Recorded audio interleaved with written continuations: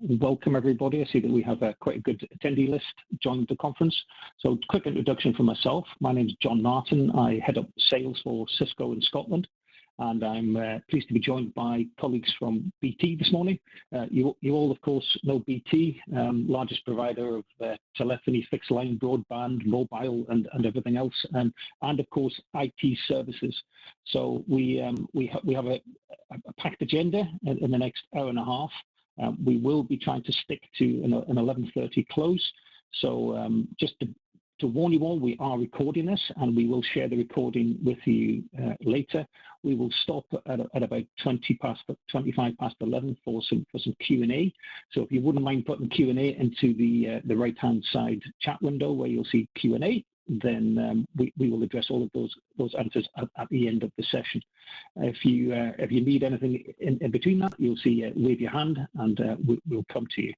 So I'm now going to pass over to Alan Lees, who's the Director of Scotland for BT. Alan's going to share with you what BT are doing in Scotland. And as you see from the agenda, we have then the CTO of BT, Simon Haston, and then Steve McKee. Many of you in Scotland will know Steve McKee, who is currently looking after our cyber security solutions. And then once again, Q&A. BT, one of Cisco's biggest partners in Scotland, so we're an absolute privilege to be joined by them today for this session.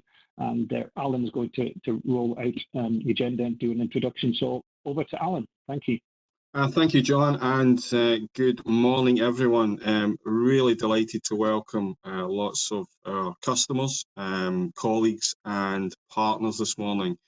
I think we'd all agree that this is one of the strangest of times that we've probably ever had, and it's fantastic to be able to utilise some of the technology here to really showcase the partnership that BT has with Cisco, and really how we see the opportunity to help organisations move out of this period that we're in at the moment. We understand that none of us probably could have foreseen the situation we find ourselves in at the moment, but at some point we're going to be looking to help drive our market and our economy again.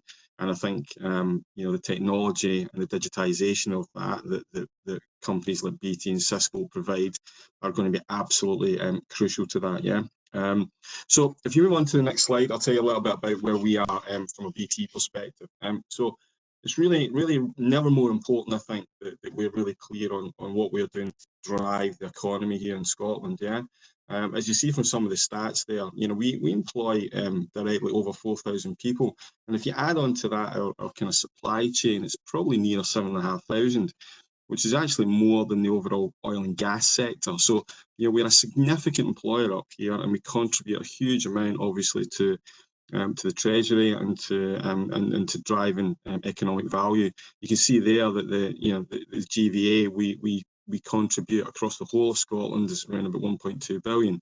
I suspect there may be some fluctuation in that as we enter the third and fourth quarters of this year, but certainly we provide a lot of money into the Scottish economy.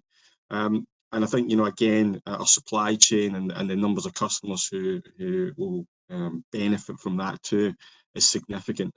So we're incredibly proud of what we invest in Scotland, both from a people perspective and from an economic perspective.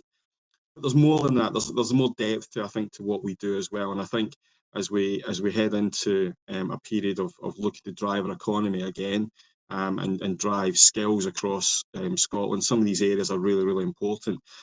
Hopefully some of you have maybe heard of something called barefoot computing. If you have children at a primary school, you may have come across that. And really what we're doing is enabling lots of our employees here in BT to go out and train primary school teachers to be able to then onward teach ICT skills to the pupils. One of the kind of drawbacks, or one of the barriers sometimes, has been teachers not having those skills themselves to pass them on to primary school pupils.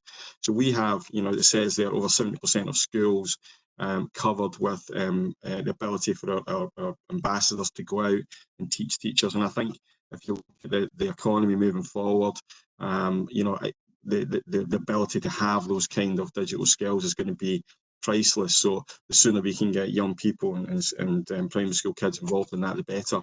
In addition to that, this year we've also launched our Skills for Tomorrow programme, and I think certainly during the lockdown period we've seen a huge uptick in utilisation of that too. You know, a lot of those resources are all online, they're all free, but they're all giving organisations and people the ability to upskill themselves on the digital skills that they're going to need moving forward. And we're also proud, you know, very much proud to work with all the huge amount of critical national infrastructure organisations there. I'm not going to go on too much about all that. You know, we're not in the business of making adverts about how well we're doing to support things that are just crucial to our lives at the moment across the emergency services and the NHS. And finally, we're also hugely proud to be sponsors of, I guess, the two main sporting organisations in Scotland too. Most people, I hope, will recognise our sponsorship of Scottish Rugby and our partnership with BT Murrayfield, but also we're the main sponsor now of Scottish football too.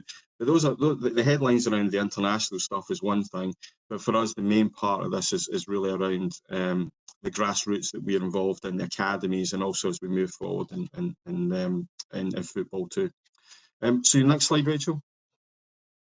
And really to take this forward before I pass on to the real technical experts here who are going to give you some real you know, some real content here, just to tell you a little bit about BT and Cisco. We've been working together in partnership for about 30 years.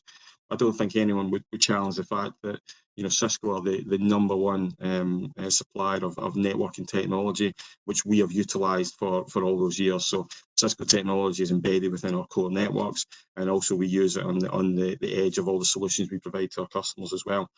Our market, our organisation in Scotland now has about 50 or so local account managers serving the corporate and public sector market too, and then we're augmented by a load of people from Cisco as well, both from a relationship perspective and from a key technical perspective, to deliver solutions to our customers too. I think also, you know, we're looking at making sure we have the accreditation as well from a Cisco perspective too. It's key that we understand how those technologies can benefit our customers and how they can work seamlessly with our networks too. And I think, you know, we want to jointly make sure that people have those tools and skills as well to move forward. You know, we're going to bring on to Simon and Steve in a minute or two, and they're going to talk a lot about remote working, cyber security, and these are kind of all the things that everyone probably needs to be considering at the moment. Yeah. So I think without any further ado, it'd be good to get perhaps some questions at the end or some thoughts on where we are within your own organisations at the moment. But I'd like to pass you on to Simon Haston, who's the CTIO for Scotland, and he's going to tell you a little bit more about how we are digitising the workplace at the moment. Simon. Yeah, thanks, Alan, and good morning, everybody. Probably just to warn you, usually a little person appears just to my left-hand side, and so I ignore it, so please ignore it as well, but I suppose it's par for the course these days.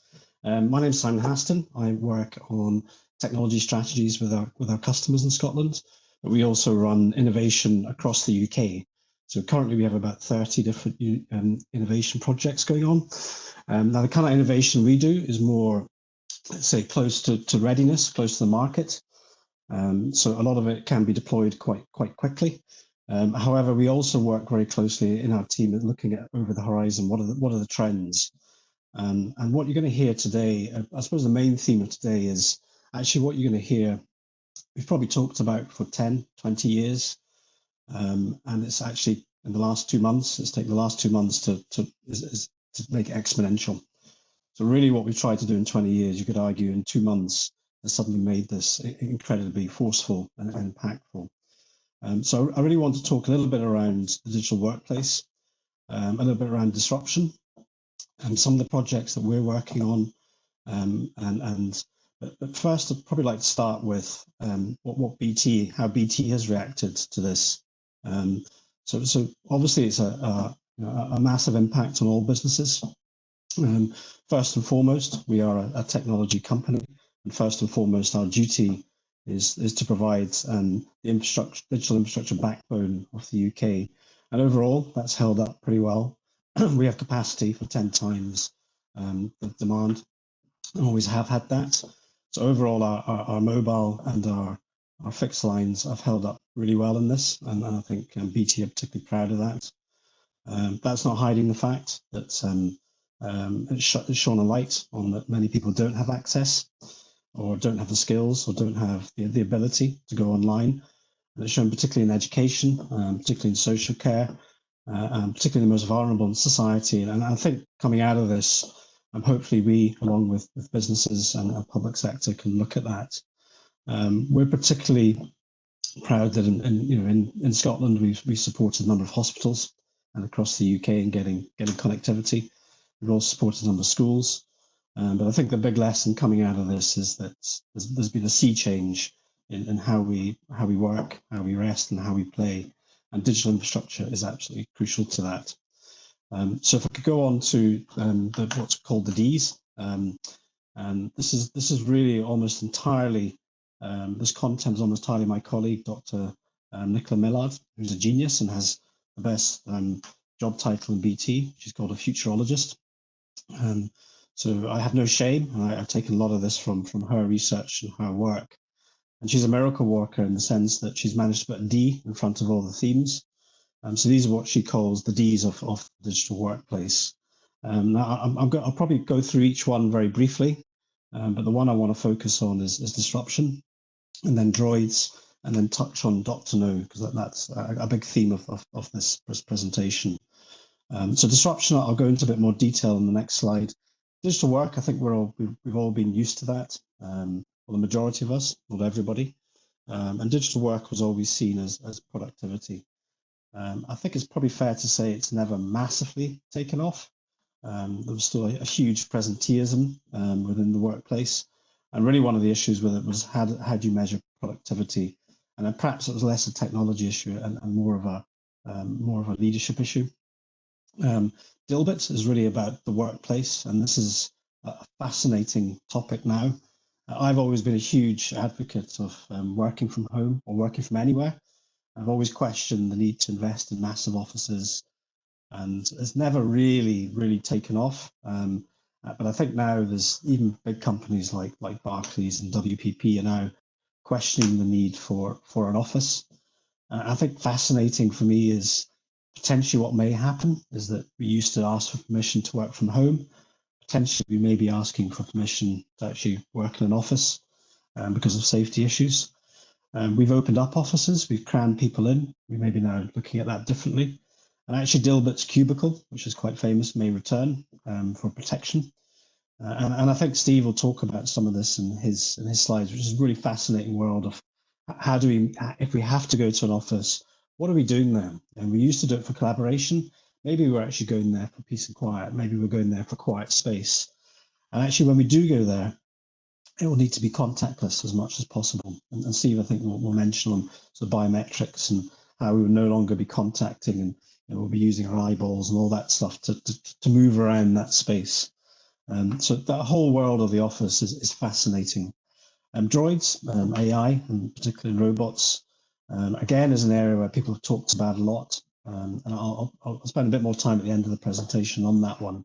But there's probably an area in this this latest crisis that perhaps hasn't taken off as much as we would have thought.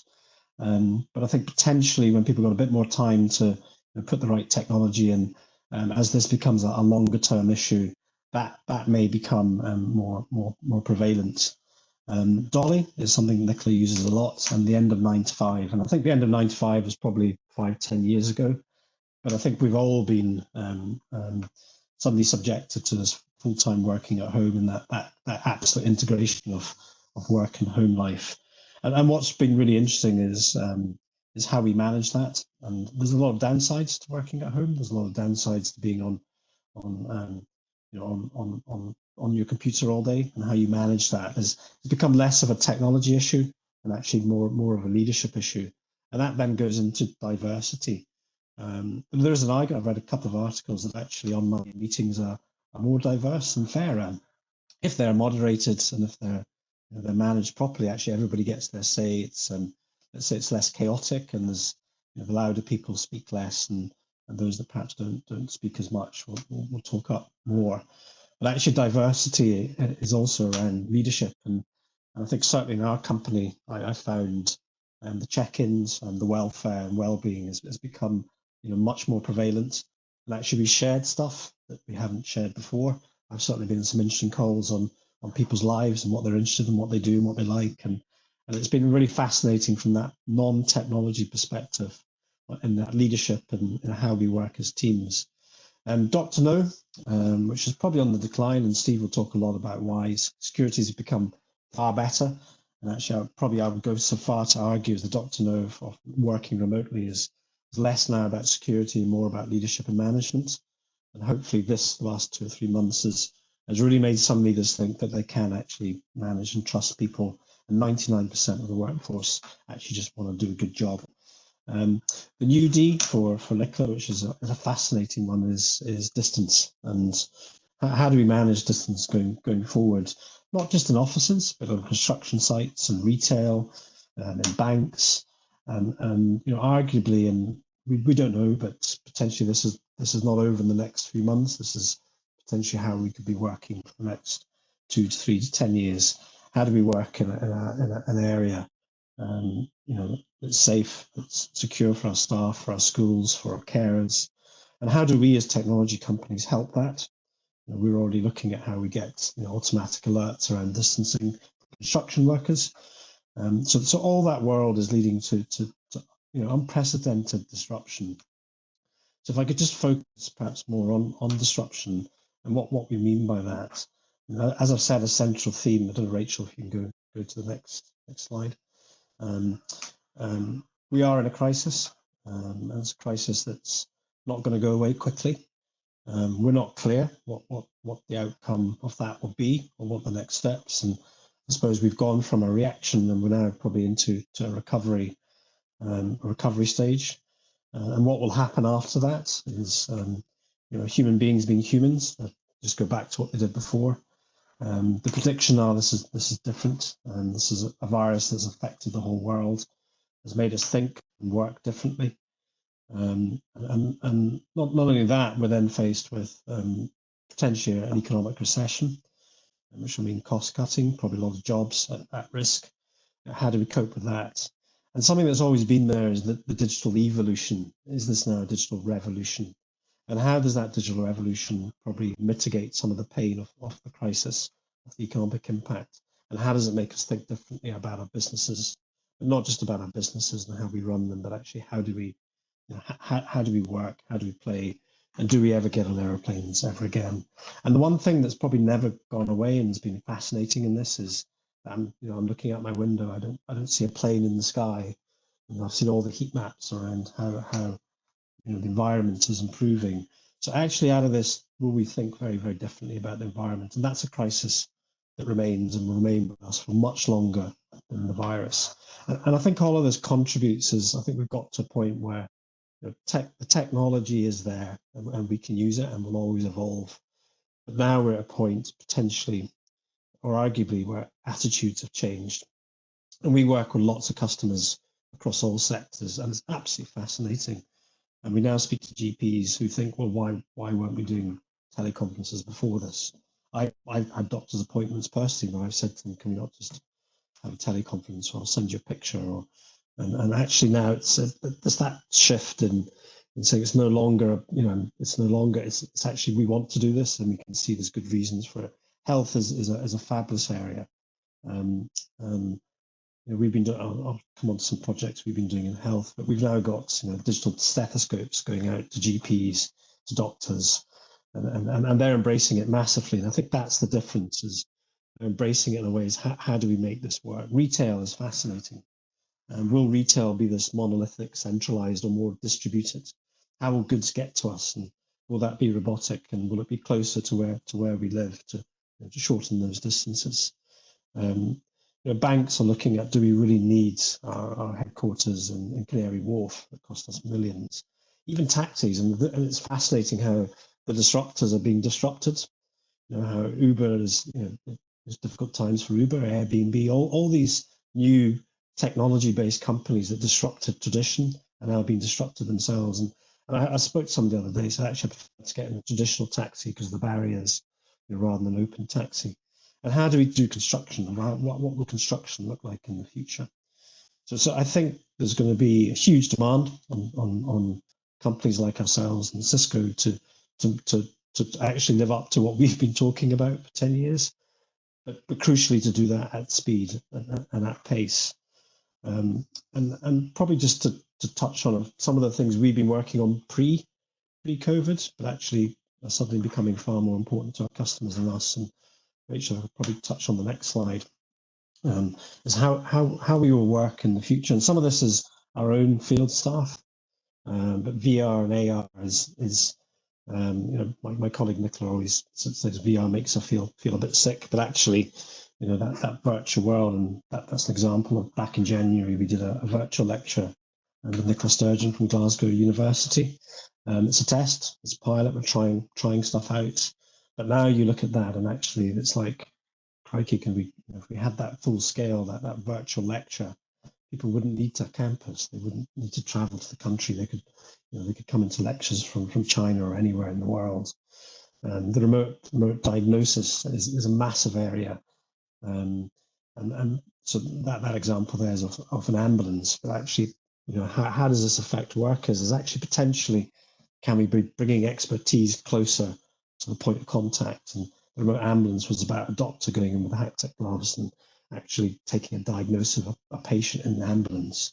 The next step is, could you be doing that in people's homes, and how do you design new homes? And certainly with our field staff, we've been using sort of augmented reality. So actually using smartphones for people to look in and see, how do you connect stuff up so they don't have to actually go into the house. And all of this remotely controlled with voice command. So all these things we're working on, and I think it's now, these will get bigger, and some of this will fail, some of this will fade away. But as I said, we're running about 30 of these use cases, and we're already, and now the pressure for us is to increase those. So my final slide is really more about, this isn't, there is an issue here that I spoke about automation and AI is there, it's in the background, and I think there's a prediction that there'll be a net reduction of 16% of jobs across the world due to automation or AI or robots. And I love this quote here by Einstein. Not entirely true. It's true. But computers are fast and accurate and do things much better than us, but they're stupid and they lack empathy and they lack intelligence, and they're not, despite what many companies say, are not very good at having a conversation with. So I think we're moving into a world of how do we combine the two? But actually, more impactfully is, as we go into an economic downturn and jobs are under threat, and how we apply these technologies. I think societies are fundamentally, how do we realign jobs? How do we create new jobs and the skills and that human aspect to it? So I think we're on the cusp of great opportunities and huge challenges. So thank you for listening to me. Fortunately, no children arrived, and usually they do. And I'd like to hand over to Steve McKee from Cisco. Thank you very much. Thank you, and good morning. Yeah, it was kind of interesting, fascinating to kind of listen there, because it just rings, I guess, so true. I think BT and kind of Cisco for a number of years have kind of been advocating, kind of secure remote working and using technology to transform business, lots of digitization, kind of projects. And unfortunately, it's probably taken something like the current, kind of COVID-19 circumstances to help kind of accelerate that. I think it's been fair to say that,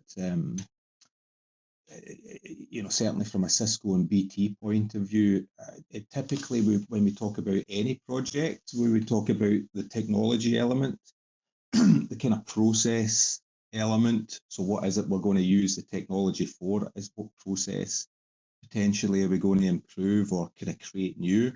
And then kind of that last, leg of the stool would be kind of culture. What's with the technology being there, with the kind of new efficient process being there, how can we bring people along with us to kind of embrace it, to make sure that the overall project is a success? We always talk about that technology, process and culture thing as being a three-legged stool. And it only really takes one of those legs to kind of fail for the stool to kind of fall over. And, I think probably in the past, we've seen the technology being there quite, kind of robustly, the kind of processes being kind of quite easy to articulate, but there's maybe always been a bit of a cultural reluctance to kind of embrace the kind of new way of working. And I think we're at that stage now that, culturally it's been kind of forced on people, right? They now, have taken that leap of faith, and probably at the stage now where people are beginning to kind of see the benefit, which is fantastic. Because what it really does then is it kind of opens the door to people, thinking about, these new ways of working. How can we, either create new lines of business or new ways of working, or how can we improve existing kind of processes using technology? Now, part of that, what underpins it all, what is that foundational element? I would argue is that secure connectivity. That secure connectivity is the foundational element that allows us to look at these kind of transformational projects. So yeah, I'm Steve McKee. I've been working for Cisco for about 13 years and kind of currently look after the security kind of portfolio within Cisco, which, just given kind of current circumstances, has seen some kind of massive growth and uptake. And hopefully what I'll do is share some, I guess, kind of insights. I'm going to talk about some of the products that would be delivered by BT to kind of provide that foundational secure connectivity to form the basis of these kind of digitization kind of projects. So yeah, I'll maybe jump on to the next slide, please, Rachel. So this is actually before some of the kind of forced behavioural changes on us as part of COVID-19 happened, which was a kind of steady trajectory towards more kind of remote working here. And typically where it says US, you can loosely say it's kind of similar in the UK, but pretty much at this point before COVID-19. 56% of employees could probably have been identified as being able to do some part of their job kind of remotely. So a large chunk of the kind of workforce. Importantly, most companies, again in the States, but let's transpose to the UK, 74% were looking at projects, looking at things to help shift, towards more kind of remote working and less maybe kind of permanently kind of on-site working in the kind of large buildings. And just that kind of trajectory, that, move, basically a kind of 83% kind of increase in kind of remote working basically by next year. But guess what happened, right? So that if that was before COVID-19, this is basically accelerated kind of lots of these kind of projects. So maybe next slide, please, Rachel. But interestingly, and it shouldn't be, kind of forgotten about or kind of neglected, in that, there's good business sense as well in looking at some new working practices. So again, I think kind of Simon touched upon it, but, real estate, office space, having large floors of offices in kind of city centres, in essence, costs a lot of money, and it's primarily there to kind of house kind of people. I think people are now beginning to realise that there are opportunities, to kind of deliver services and capability much more efficiently from a cost point of view. As an example, and this is, even years ago, where Cisco advocated lots more what we called smart and connected workspaces, which, if you think about it, were, lots of smaller shared kind of office spaces that would be kind of dotted about cities or even kind of regional areas or even rural areas, but with those smart and connected workspaces, the clue being connected. All of those smaller connected workspaces had the ability to kind of offer and deliver, the kind of IT type services required to provide the foundational element to kind of deliver new service. These smart and connected workspaces or work centres seems to be the trajectory of travel for a lot more kind of companies now. So rather than kind of, a smaller number of large buildings, basically a kind of larger number of smaller and yet shared kind of spaces. And I think we'll see a lot more of those kind of going forward, particularly when we look at, some of the ability to kind of safely allow, kind of the use of shared kind of workspaces. And obviously at a hygiene kind of level, it's much better for the employee to be able to be flexible, to be able to kind of work from home as required. And when I say work from home, not necessarily just from home, wherever they may feel, the best to deliver what they need to deliver at that point in time, which could be working from home, it could be working from a smart and connected workspace, or as Simon says, it could be working from, kind of one of the offices, that's kind of available. The point being is it's flexible, right? And the employee can choose at that point. And then kind of what we've seen is that it's almost like a win-win situation, and that potentially you can kind of lower the cost of delivery. You can provide better hygiene factors to the employee, but at the same time, it actually increases productivity and efficiency across the business as a whole. And I think, hopefully, this kind of forced experiment in inverted commas has probably allowed people to kind of get over the hump, get over the inertia, get over the what if, particularly around this cultural element. If I let my people work from home, how do I know that they're going to kind of be, working and things, and to kind of learn to start to kind of trust people and things. And I think empirically, I think the evidence will show to people that, that this forced experiment is actually producing maybe potentially better efficiency. So anyway, all good, all positive. Next slide, please. So in terms of kind of probably three main areas that we would see, particularly around the kind of current circumstances, obviously, as we begin to ease the kind of lockdown, I think it is safe to say that most companies are going to take the opportunity to not really go back to the norm, right? Not go back to the, let's cram everybody into kind of, big office kind of floors in the town centre and things. But a kind of top of mind kind of point of view, CEOs are now thinking about, execs are thinking about, okay, so what do we need to think about during this kind of ease of lockdown? So number one, obviously, is safety, protect. How do you ensure the safety of my people and continuity of the business? Because, we all have a kind of duty of care. And again, as part of that, there are some technology and kind of processes that can help, mitigate in terms of particularly that kind of distance element that Simon talked about. And then also kind of recover, the idea is that, again, depending on what kind of business that you're in, it could be that you're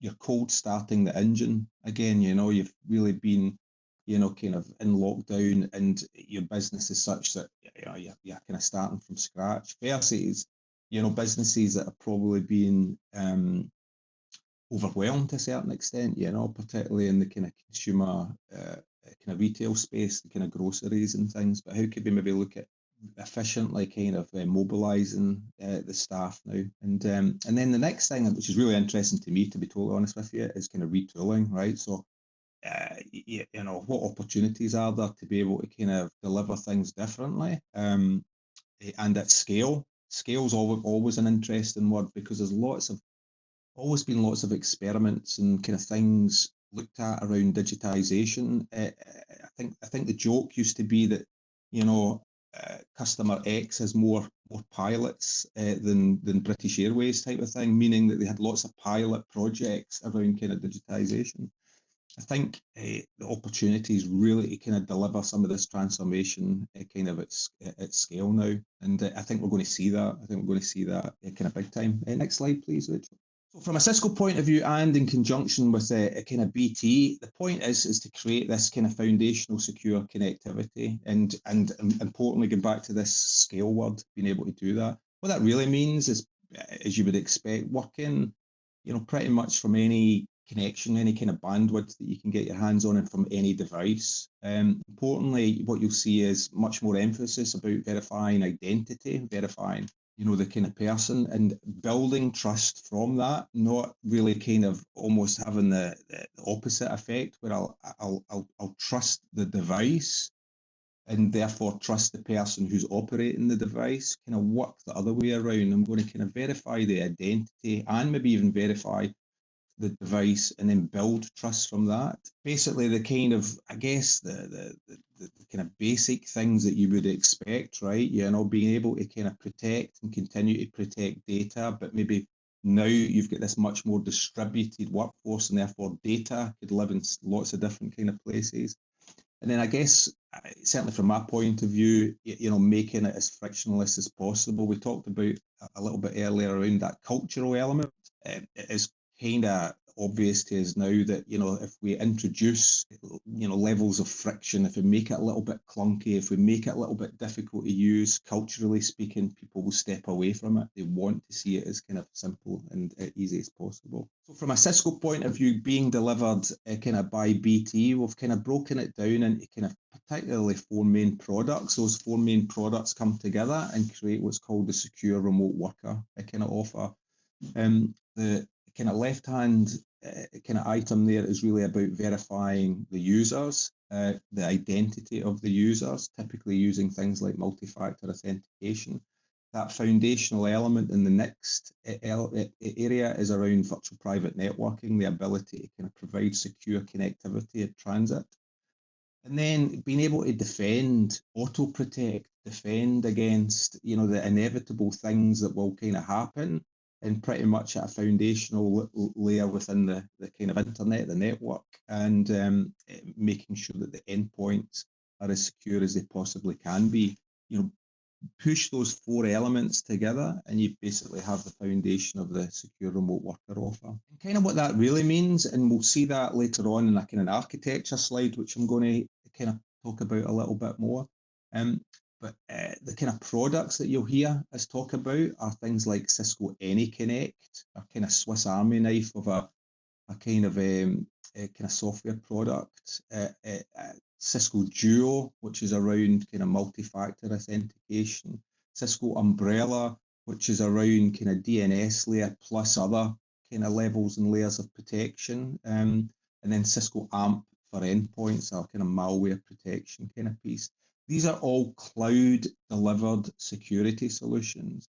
And I kind of emphasize the word, you know, the kind of phrase cloud delivered, and that's really about kind of speed, acceleration of deployment, and then also scale.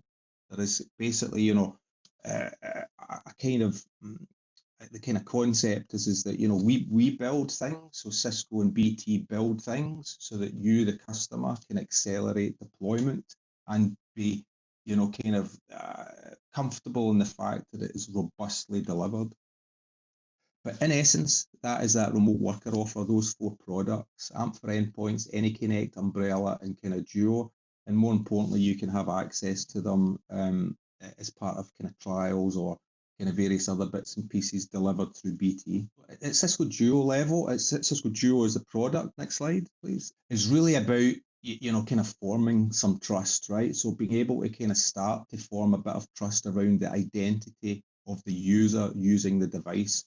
You can merge attributes, so make decisions based on the identity of the user plus the posture of the device. Is it a, you know, kind of managed enterprise level of device where you've full eyes on it, and the identity of the kind of person using it, you're kind of comfortable. So put those 2 attributes together, and then you may give access to kind of more layers or more capability of you know, the kind of data within your network. Whereas if it's the same user, so you've still kind of used levels of identity management to decide that it's the same user, but they're using either their own, you know, BYOD device, an iPad, or they're maybe using, you know, their own kind of home kind of device and things, you might still give them access to certain assets, but those assets might be categorized such that you feel, you know, you would allow that to happen from those attributes, i.e. non-managed device, but identified kind of user. that is kind of the foundation of a thing which you'll hear within the industry now called zero trust networking and zero trust, kind of access.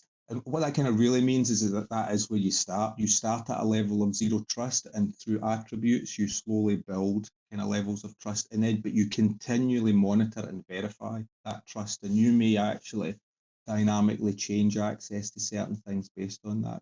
But that's what that kind of dual product's delivering. And then, that kind of foundational element is what we call kind of AnyConnect. So what that is basically a kind of, as I said, Swiss Army knife of a kind of software solution, which allows, kind of connectivity to corporate resources, irrespective of, where you are, working from home, going forward, maybe working from coffee shops if they'll let us in, maybe working from these smart and connected work centres, maybe working from kind of partner locations and so on. So that idea of being able to, kind of securely work from kind of multiple different kind of locations, and typically meaning untrusted networks. The transports are not necessarily trusted. And, AnyConnect is that kind of core product.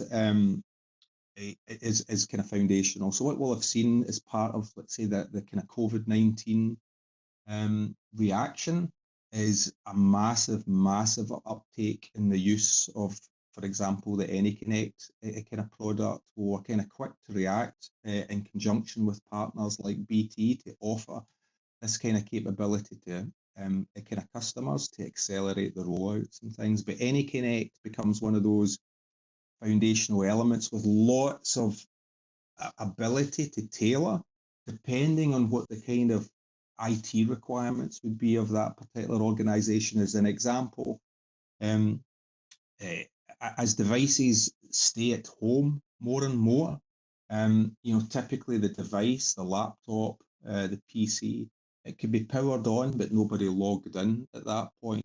However, frankly, what you would want is still have the ability to kind of have management connection into kind of corporate IT, such that the IT organization can still patch it properly, can still look after it, can still have eyes on it, still make sure that it's secure and proper without anybody being logged in. That management VPN capability, or also the always on kind of capability where you don't really give the user a choice in terms of being able to be off net for a little while and just using the internet, directly, versus being kind of tethered and connected to kind of corporate. And then lots of other little attributes, which when they kind of come together, just makes, as I say, this kind of Swiss Army knife of a kind of security kind of endpoint piece of software. Next slide, please, Rachel. And then basically, if you think Duo is about, kind of identifying the users, AnyConnect is that foundational piece about kind of connecting securely. You still have a duty of, I guess, care of looking after the endpoints, ultimately kind of protecting them, right? And so what you find is one of the products is a thing called Umbrella built into the kind of AnyConnect client, which is really secure at protecting remote workers against lots of different layers, but the basic layer is a thing called DNS. The DNS, best way to think about it is really the kind of phone book of the internet, and you want to look up, the kind of name of something reversed into a kind of IP address.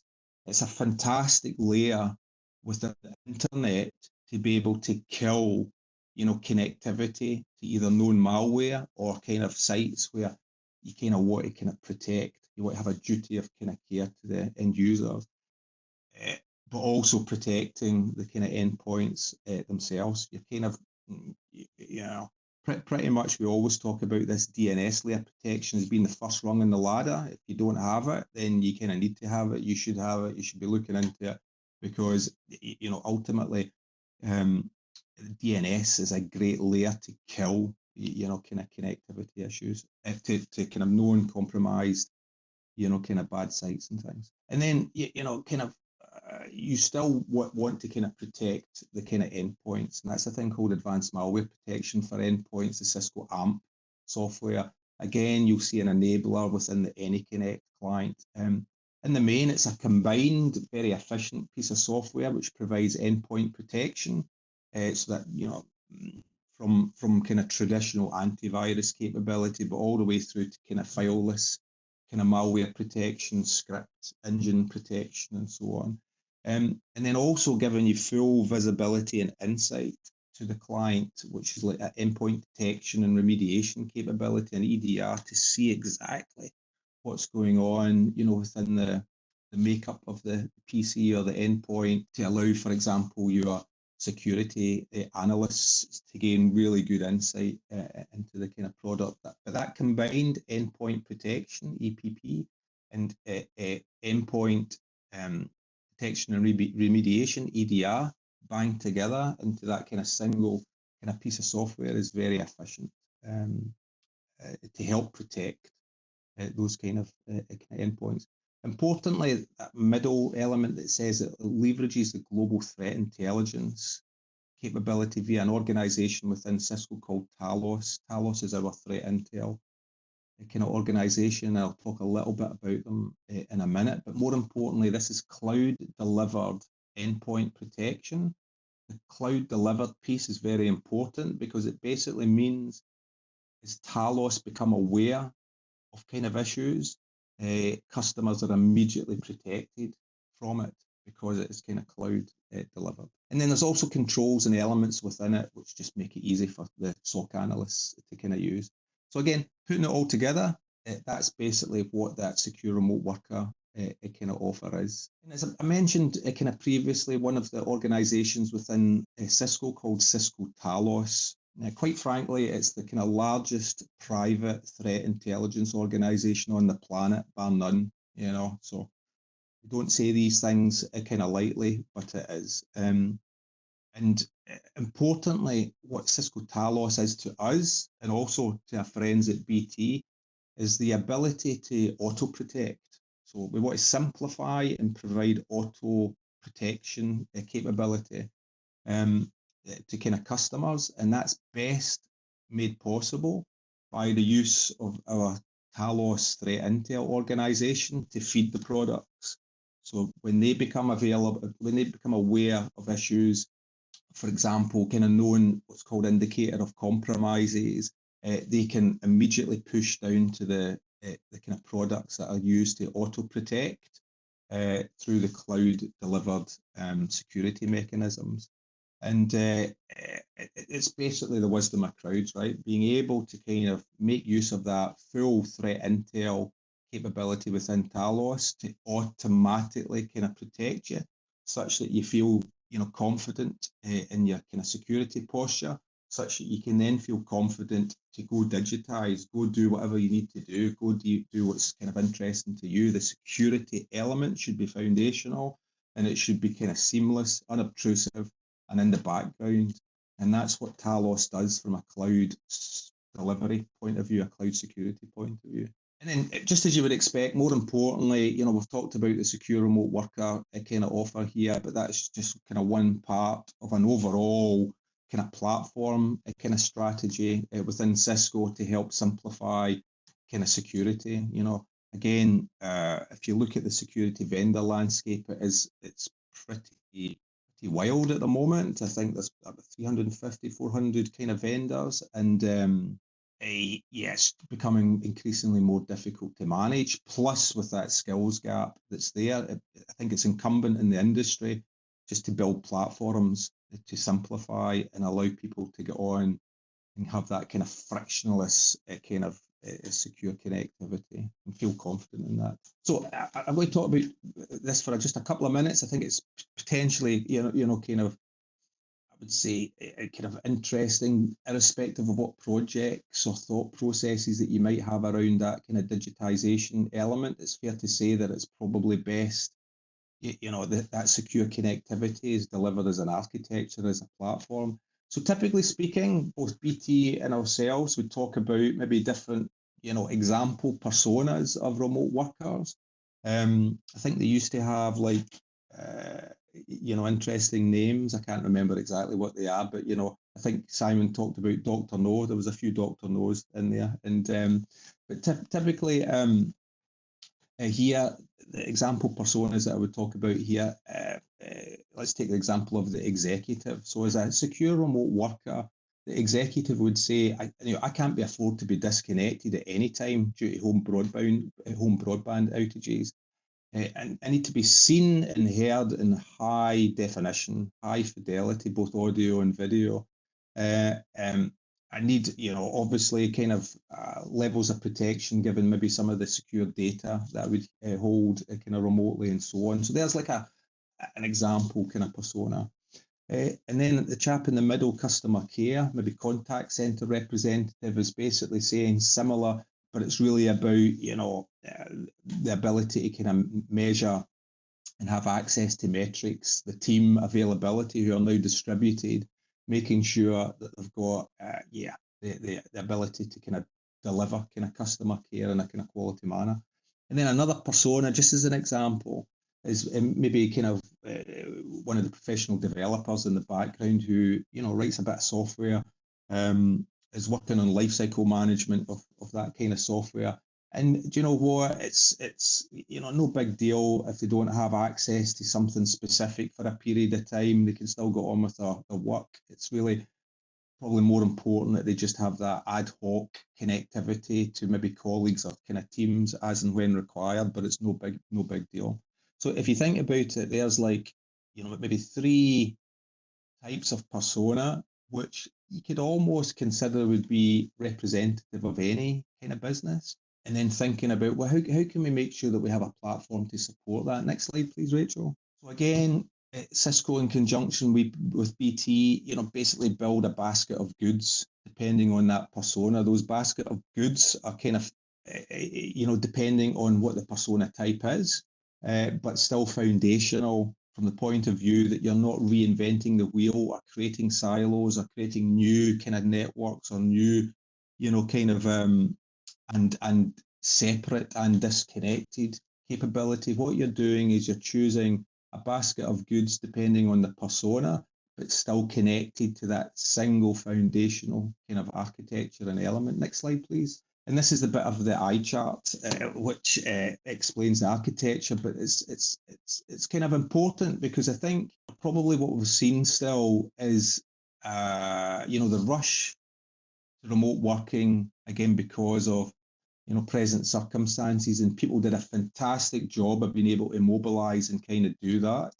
But we're now beginning to see, I guess, the strain and maybe some of the gaps that exist because of that rush to deliver. Now, what this architecture is about is basically a kind of Cisco and BT blueprint to robustly and securely deliver that remote working. And when I say remote working, it doesn't necessarily just have to be that kind of home working piece. It could be those smart and connected kind of work centres that I mentioned before. It can be partner sites and so on. But here what you'll see is, if you remember the executive persona where they say, right, I can't afford to be disconnected from the team because of broadband outages. Well, here what you'll see is in the first, connectivity element is that always on, highly available teleworker. And what that really means is, in the world of Cisco and BT, is a kind of solution that makes use of either the existing home broadband solution, also with the ability to prioritize over the kids' PlayStation traffic and the Xbox traffic and all that kind of thing, but make use of the existing broadband connection, but also augment that with something like the BT mobile network, the 4G network, possibly the 5G network kind of going forward, but the 4G network at this moment in time. And then being able to use that as either backup or augmented kind of bandwidth, and the ability to kind of choose, the connectivity to the services depending on the how well the kind of connectivity is performing. So if the existing home broadband ain't that great, we can move traffic over to the 4G network and vice versa. And then also, kind of split the traffic. So for example, that executive always on, highly available teleworker with the 4G backup, and then also using some high def video capability at home, we would say there's the solution for that particular persona. Going down into the always on teleworker, maybe that kind of contact center type worker where, typically it is still about providing robust delivery, maybe using existing products and things that, you know, they know and love. And what I mean by that is maybe just a Cisco IP phone, right? Cisco IP phone connected into the network in combination with a kind of laptop or PC, and it's pretty much the same, you know, technology delivered at the desk, which previously might have been, you know, in the office in Glasgow, you know, sat on the floor, but it's now available kind of at home. And then all the way down to that kind of on-demand VPN remote worker, where it's basically kind of software based, but you've got that spectrum of kind of capability across the personas, but it's the same architecture, it's the same, you know, kind of overall blueprint, the same overall build, and it also recognizes, you know, the different types of applications and services that, you know, end users and customers are now becoming accustomed to. So you'll see kind of elements in there called SaaS, software as a service. Typically what that means at a productivity level a lot of times is maybe things like Office 365. Office 365 is a fantastic, you know, kind of cloud delivered productivity suite. And in that particular instance, sometimes it doesn't make sense for the user traffic to come through the VPN connection into corporate to go back out to the internet to then go back to Office 365. Sometimes it makes sense to what's called split tunnel to allow that Office 365 traffic securely connect to the services directly from the home or directly from the remote site or directly from the kind of place that you're kind of working at that point. And you've still got kind of secure connectivity to the typical infrastructure as a service, platform as a service, software as a service, all the kind of capability that you need. I guess the point being, though, is that this well-architected blueprint allows you to scale, not necessarily worry about the connectivity, and allow you to accelerate the innovation, accelerate the adoption of the kind of various digitization projects that you may have. And it's not, you know, has happened in the past that, you know, with the best idea in the world and with the best application development and with the best, you know, kind of adoption process, the project has not necessarily fulfilled its potential because of these foundational, fundamental kind of connectivity pieces, connectivity kind of element. So again, that blueprint exists. The blueprint exists primarily, you know, just hopefully so that you don't have to worry about it. You can just use it, deploy it, get going, and then importantly, you know, kind of leave the secure connectivity for somebody else to worry about while you worry about, you know, what you can use that secure connectivity to deliver kind of for. So as I mentioned before, all of these bits and pieces, bits of software, bits of capability are all available. You can self-serve and sign up here. I would probably say best to get in contact with the BT kind of representative that you maybe are already in contact with, and they will kind of help you out get access to these kind of resources. In conjunction with Cisco, we're always kind of here to help as well. From that, I'm kind of conscious of the fact I probably get maybe 3 minutes left, and I've talked about this secure connectivity piece. Obviously, the secure connectivity is that foundational element to deliver lots of innovation, and maybe not, you know, talk too much about some of the innovation, but I think as Simon alluded to, what we're seeing is, you know, some really interesting kind of projects. One of them that which I thought was quite interesting was using things like, for example, Cisco kind of CCTV cameras, not necessarily as traditional CCTV cameras, but as sensors, analytics sensors. And so in the retail space, we see some kind of customers using these products to basically kind of provide metrics and telemetry around social distancing. So again, if you think about, you know, that visual aspect, it's quite easy to use them as sensors and create some logic that says, you know, in that area, in that space, there are more people than there should be, or, you know, they're not maintaining that kind of 2 meter distance and that kind of thing, and being able to alert or to highlight or to kind of nudge people to kind of, take action, that kind of thing. And some of that innovation is kind of coming forward is kind of fascinating. The other thing is that was talked about was kind of proximity-based capability, whereby as we move forward, irrespective of the kind of environment, maybe construction was talked about kind of previously, you know, the ability to maybe just report on and kind of provide metrics on that social distancing kind of aspect. More importantly, not providing historical analytics kind of defeats the purpose a little bit. It'd be more about real-time kind of analytics, such that you can make decisions at that point. And when I say make decisions, that can be the individual themselves, made possible by using kind of technology. For example, if they are not, if someone's not maintaining that kind of 2 meter distance, almost like a little proximity meter on the individual to kind of give them a visual indication or an audible indication that they're kind of not and things. So there's lots of these kind of interesting things going on. But more importantly, going back to my kind of original point, none of it is possible without that robust, kind of secure connectivity. And hopefully you'll agree that, you know, both BT and Cisco have an architecture and a blueprint and a solution to be able to do that, to allow you to accelerate your own innovation and your own kind of ideas. With that, I'll shut up now. Thank you for your time. And what I'd like to be able to do is hand over back to John, move on to the Q&A section. So, yeah, thanks. So we've now got some Q&A. There's still some time to put any questions into the Q&A piece, the little box. So feel free to do that because we've got a little bit of time. So we've got 4 questions to be answered. And we're going to start with one to probably myself, actually. The question is, how have Cisco employees found this new way of working? It's quite an interesting one because obviously I think it was something like the week before lockdown, Cisco mandated that every employee globally is mandated to work from home.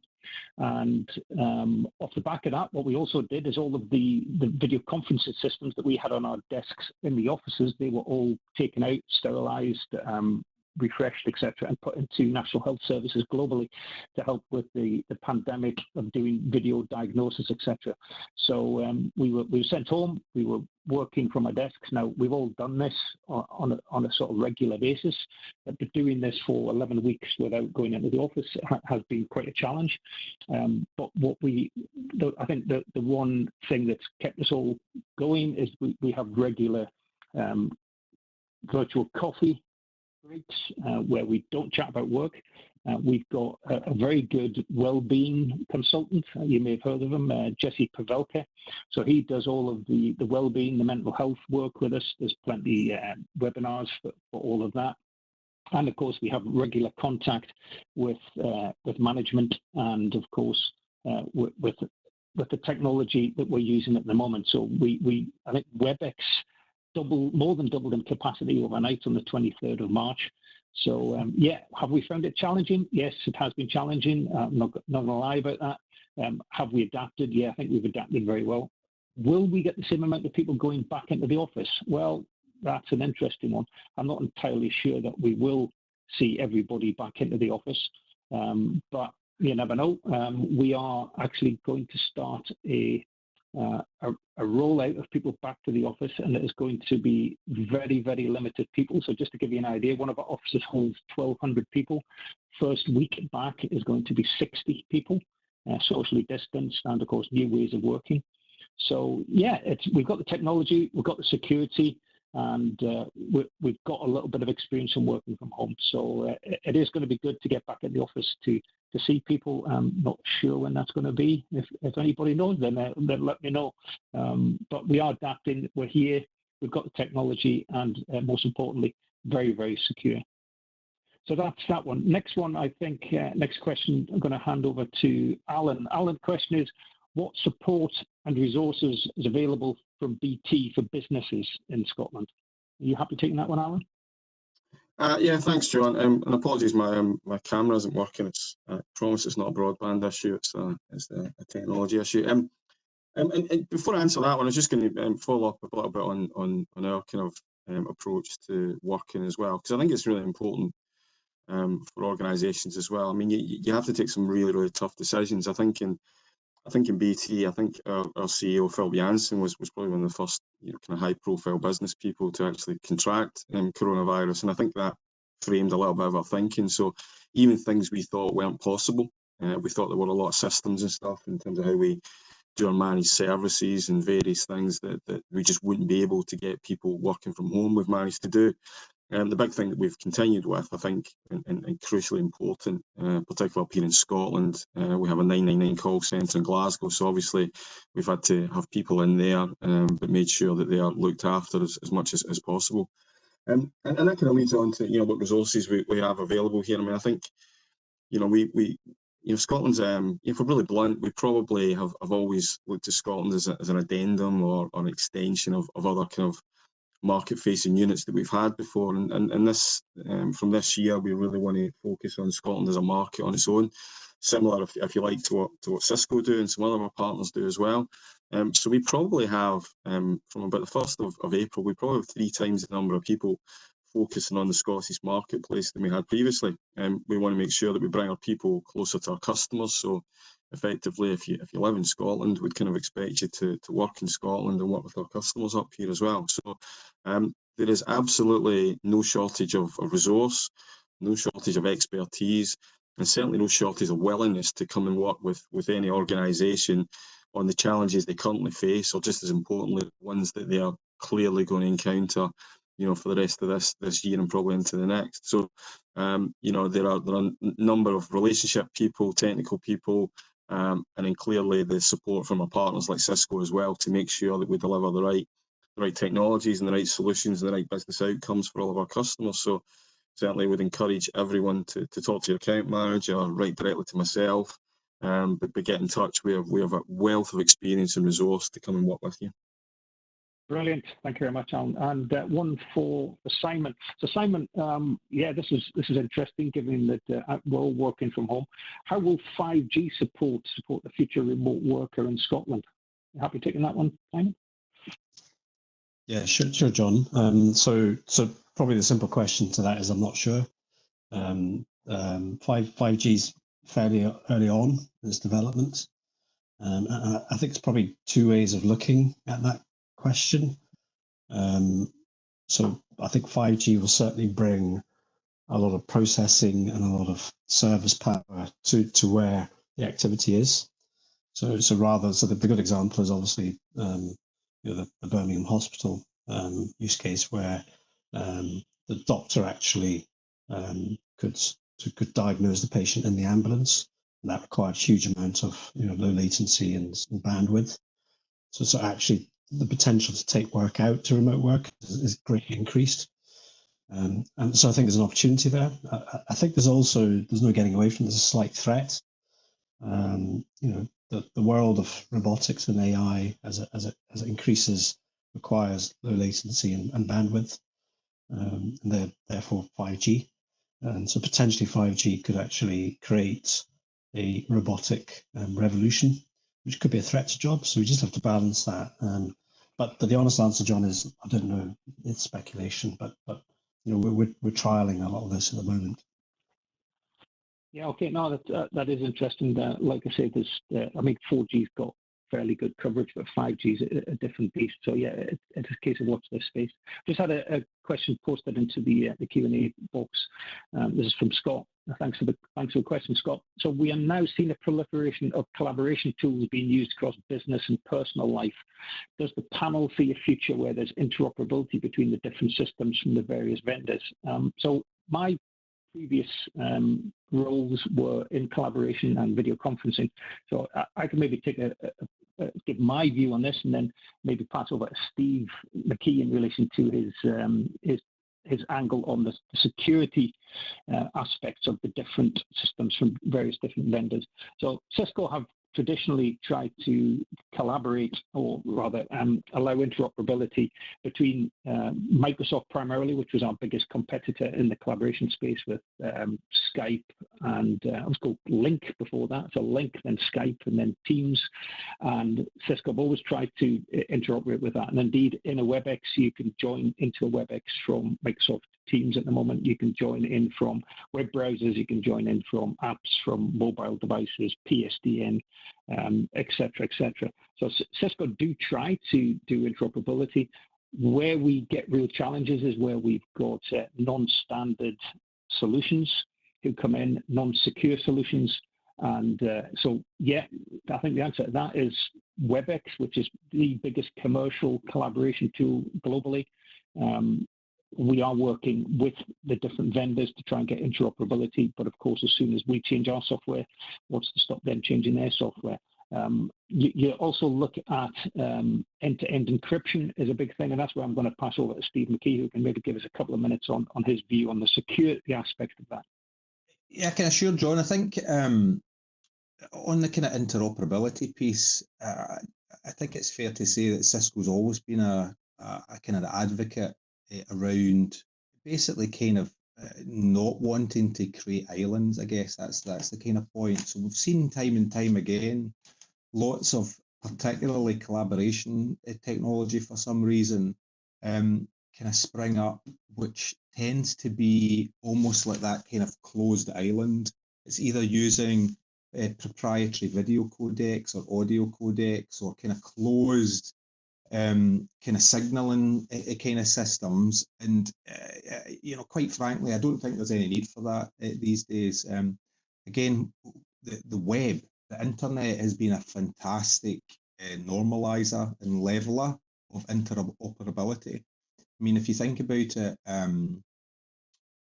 using your web browser to kind of go look at a web page or a particular piece of content, it would be horrific if, in the past, what that meant is that you could only do that with a certain browser, from a certain manufacturer, maybe on a certain piece of software in a certain, kind of device. That just wouldn't be in the spirit of the internet, right? The internet is, an open and collaborative, in the finer sense, kind of platform. So back in the day, Cisco obviously led, I guess, what we would call is a kind of a telepresence revolution, being able to kind of reinvigorate the kind of traditional video conferencing kind of market by trying to create a kind of solution and a product that had sufficient quality that the quality couldn't be a barrier to adoption. It was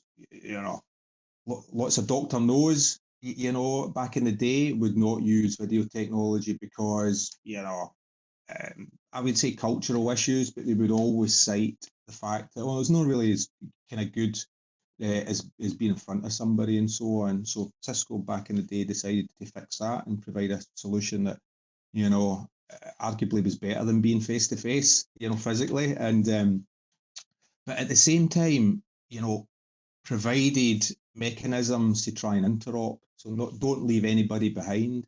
And as also part of that, what we decided to do was kind of create license-free capability for things like software codecs, the video codec. One of them that sticks in my mind is H.264, for example. We made that available for people to kind of use as an example, whereby in the spirit of the internet, make it available and hopefully people will kind of use it. However, meanwhile, people still started kind of creating kind of islands. One area which has kind of, I think, done particularly well, and it's based on that foundational internet element, is a thing called WebRTC. So basically the browser having the ability to kind of provide audio and video capability. So if you've got a browser, then you could make a video call. So what you might see is lots of platforms allowing access to them as long as you have a kind of standard browser. The kind of support for WebRTC, I think, is pretty standard these days. I think most platforms kind of do. They still encourage you to kind of download the software and things, usually for different reasons. But WebRTC, I think, is a good interoperability piece. It obviously moves beyond audio and video, but into maybe more content capability these days, which is then maybe making the problem a little bit more acute, because again, if we're talking about storage of content and sharing of kind of content within those kind of systems, those collaboration systems. Again, there are no standards mechanisms, and everybody's using different types of kind of capability. But I would say around the audio video piece, you know, the internet through WebRTC has been a good you know, a good way forward. However, work to be done, right? And hands up, right? Cisco has tried hard, you know, to try and be the router of the collaboration kind of traffic. But, you know, we need willing participants as well, and willing partners. And sometimes partners aren't that willing to participate, quite frankly. On the security piece, as John mentioned, that's the caveat emptor, you know, kind of piece, in that arguably security focus of collaboration systems has really come to the fore. I'm not going to name any names, but you know, there are some systems that from, you know, inception through, you know, design to, you know, development to production have had security found, you know, as part of it, embedded. It's foundational. It's been about making sure that there is no question about that trust kind of factor. I think it's fair to say that some other platforms and services are you know, about getting product to market and then fixing security afterwards. And usually what that means is a plaster or a bolt-on or an issue. If it's not really baked in foundationally, it's really difficult to kind of retrospectively kind of add a kind of security. But don't get me wrong, not you know, it's not just Cisco. So Cisco take the view that we need to build secure kind of solutions, so that's foundational. I think there are some other, you know, kind of providers of collaboration technology that take a similar view, and so that's a great thing. But there's also others out there which, you know, frankly, from a security point of view, should be, yeah, they need the spotlight on them. They should be highlighted and shamed and not shot, but they should be kind of, you know, highlighted because we shouldn't be in this space this day and age. You know, we shouldn't have insecure kind of platforms, quite frankly. Steve, we've got another really good final question, I think. I'm going to set your target at 2 minutes then for this one.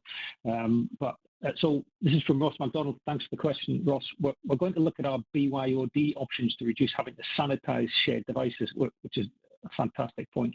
What options can Cisco offer you? Now, obviously, you know, this is brilliant. You look at taking your own device onto any campus. It has to be secure. It has to be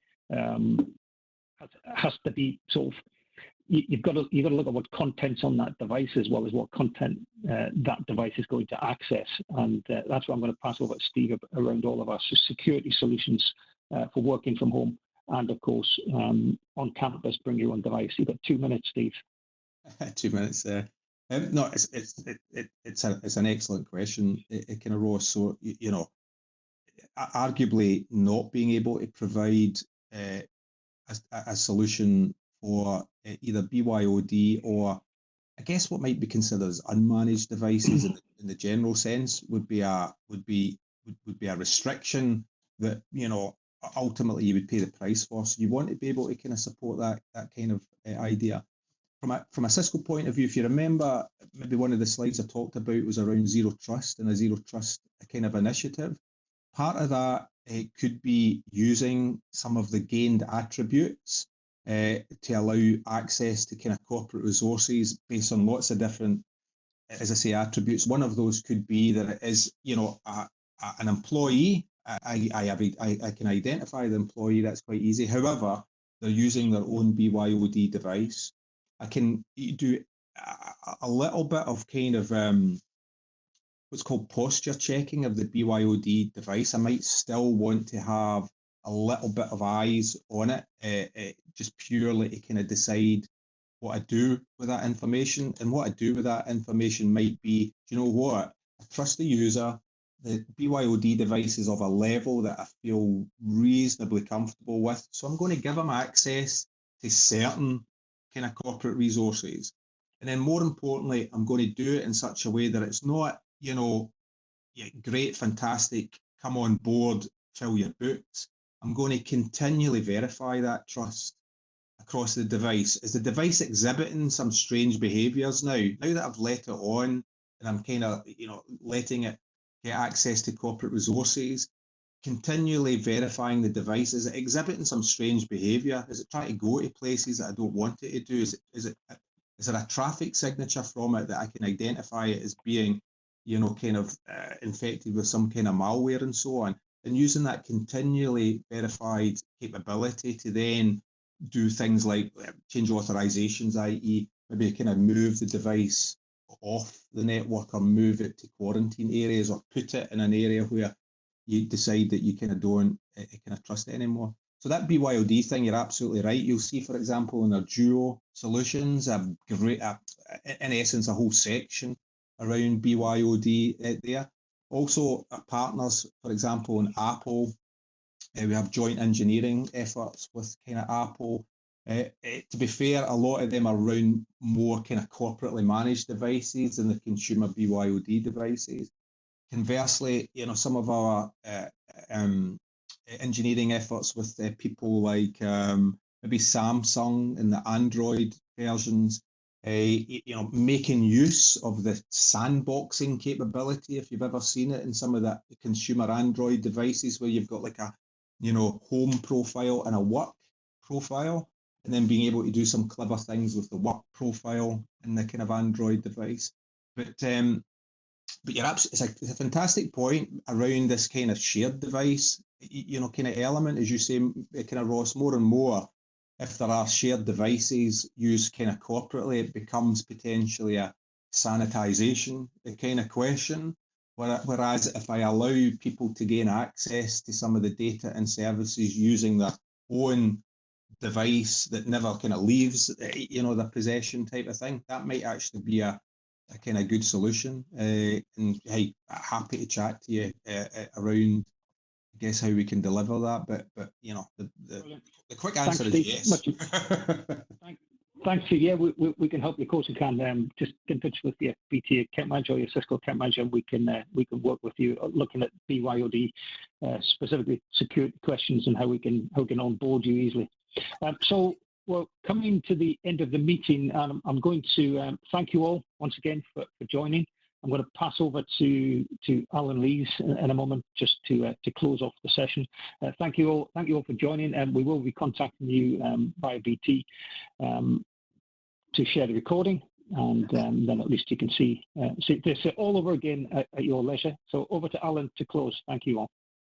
Yeah, thank you, John. So listen, I really appreciate everyone taking 90 minutes out or so.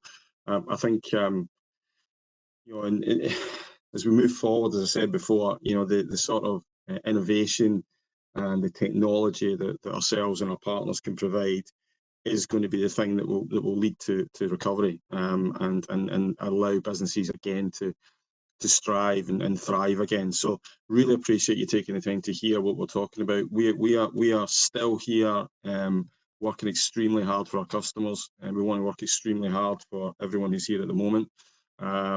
Please reach out to us. The guys will hopefully be in touch, and as John said, share the content of this and see what else we can do to help maintain our economy, the success that Scotland has, and making sure that we contribute to our nation and make sure that we recover from this pandemic and we provide jobs and prosperity for everyone. So thank you again for all your time. Please reach out to us if there's anything else we can help you with.